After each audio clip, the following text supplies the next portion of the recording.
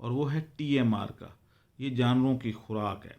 اب یہ TMR جو ہے اس کی ضرورت بہت زیادہ ہے، کیونکہ چارہ اکٹھا کرنا، پھر توڑی لے کے آنا، پھر ونڈا اکٹھا کرنا، کھل چوکر یہ وہ سب کا توڑ یہی ہے کہ اس کو ٹوٹل مکس راشن دے دیا جائے. وہ جانور یہ کھائے گا اور ساتھ میں پانی پیے گا اور خوش باش ہو جائے گا. ہاں تھوڑا بہت آپ اس میں کوئی توڑی مکس کر لیں تو بہتر ہے، یا خشک چارہ یا سائلج اگر کر دیں تو اس میں کیونکہ یہ طاقتور ہے، کاربوہائیڈریٹس زیادہ ہوتے ہیں تو افارا ہونے کا چانس ہوتا ہے. جیسے کہ روٹی زیادہ جانور کھا لے یا گندم کھا لے تو اس کو افارا ہو جاتا ہے، کیونکہ اس میں بھی کاربوہائیڈریٹس زیادہ ہوتے ہیں، اس میں بھی کاربوہائیڈریٹس زیادہ ہیں. تو آپ تھوڑا سا اگر فائبر ساتھ دے دیں تو گیسز جو فرمنٹیشن میں گیسز پیدا ہوتی ہیں وہ نہیں ہوتی اور افارا کا چانس ختم ہو جاتا ہے. اچھا جی، اگلا ہے ونڈ مل کا. ونڈ مل ایک بڑا پروجیکٹ ہے. اس میں وہ لوگ جن کے پاس سرمایہ زیادہ ہے، بلکہ وہ محب وطن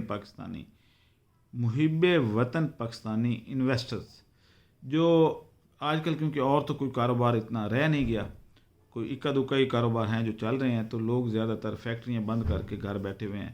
پراپرٹی کا کام بھی ڈوب چکا ہے، تو سرمایہ تو لوگوں کے پاس ہے لیکن دبا کے بیٹھے ہوئے ہیں، کیونکہ پراپرٹی کے میں وہ انویسٹ کرتے تھے، اب انویسٹ نہیں ہو رہے. تو وہ لوگ میرے ساتھ آ جائیں تو ہم ونڈ مل کا پروجیکٹ جو ہے یہ بہت بڑا پروجیکٹ ہے. تو میں تو اتنا سرمایہ دار نہیں ہوں، مجھے ایسے سرمایہ داروں کی ضرورت ہے جو اس پروجیکٹ بہت فیزیبل ہے، نہ صرف لوگوں کی خدمت، آپ کا اپنا بھلائی اور ساتھ میں ملک کی بھلائی. تو میرا یہ خیال ہے کہ اس لیے میں نے لفظ استعمال کیا محب وطن انویسٹرز، جو ملک کے ساتھ یا وطن کے ساتھ پیار کرتے ہیں. تو لوگ وربلی تو کہتے رہتے ہیں کہ جناب ہم بڑے محب وطن ہیں، لیکن جب باری آتی ہے اپنے پہ تو پھر کوئی ثبوت نہیں دیتے محب وطن ہونے کا. تو اگر آپ محب وطن ہیں واقعی تو ونڈ مل سے بہتر پروجیکٹ کوئی نہیں ہو سکتا، اور اسی سے پاکستان کی تقدیر بدل سکتی ہے. تو ہم نے ایکسپیریمنٹل طور پہ ونڈ مل کچھ بنائی ہیں، وہ آپ کو دکھا بھی سکتے ہیں، بلکہ تقریباً ہر چینل پہ موجود ہیں. تو آپ اگر اس میں انویسٹ کرتے ہیں تو میرا یہ خیال ہے کہ بجلی اگر سستی ہو جائے یا فری ہو جائے تو ہر کاروبار چل سکتا ہے. آخر پہ ہے کہ اگر آپ ٹائم نہیں دے سکتے کسی کو تو پھر صرف انویسٹمنٹ ہے اور تھوڑے لیول کی انویسٹمنٹ کرنا چاہتے ہیں تو پھر اجتماعی بکری فارم میں آپ آ جائیں اور اس میں انویسٹ کر لیں. اس کا طریقہ کار یہ ہے کہ ہم جو پیسے لیتے ہیں اس کا پائی کا حساب آپ کے سامنے ہوتا ہے، اور بکریوں کی تمام کے ٹیگ نمبر آپ کے پاس ہوتے ہیں، آپ جس وقت مرضی چاہیں جا کے وزٹ کر سکتے ہیں. تو اس طریقے سے اجتماعی بکری فارم جو ہے، ہاں اگر کوئی بیماری آ جائے یا اموات ہو جائیں تو وہ علیحدہ بات ہے، ادروائز یہ بہت تیزی سے پھیلتی ہیں، اور اس کا جو ہے جو بڑھوتری ہے وہ 1 سال میں ڈبل ہم آپ کو واپس کرتے ہیں. تو آپ اگر اس میں آتے ہیں تو آج اگر آپ نے 5 بکریاں ڈالی ہیں، انویسٹ کی ہے 5 بکریوں کے برابر، تو 10 بکریوں کا ریٹرن آتا ہے سال بعد.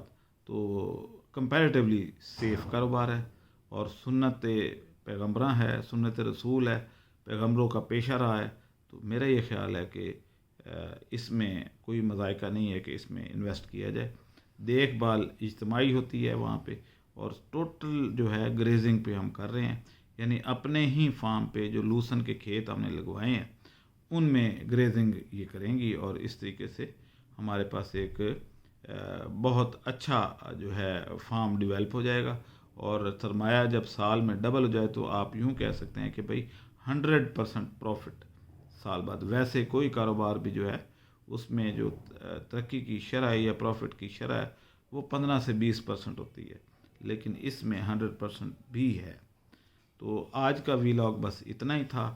آپ میرے دیے گئے نمبروں پہ میرے سے رابطہ کر سکتے ہیں. یاد رہے کہ جو لوگ میرے پاس مشورہ لینے آتے ہیں میرے دفتر میں ان پہ فیس لاگو ہوتی ہے، اور جو فون پہ لیتے ہیں ان پہ فیس لاگو نہیں ہوتی.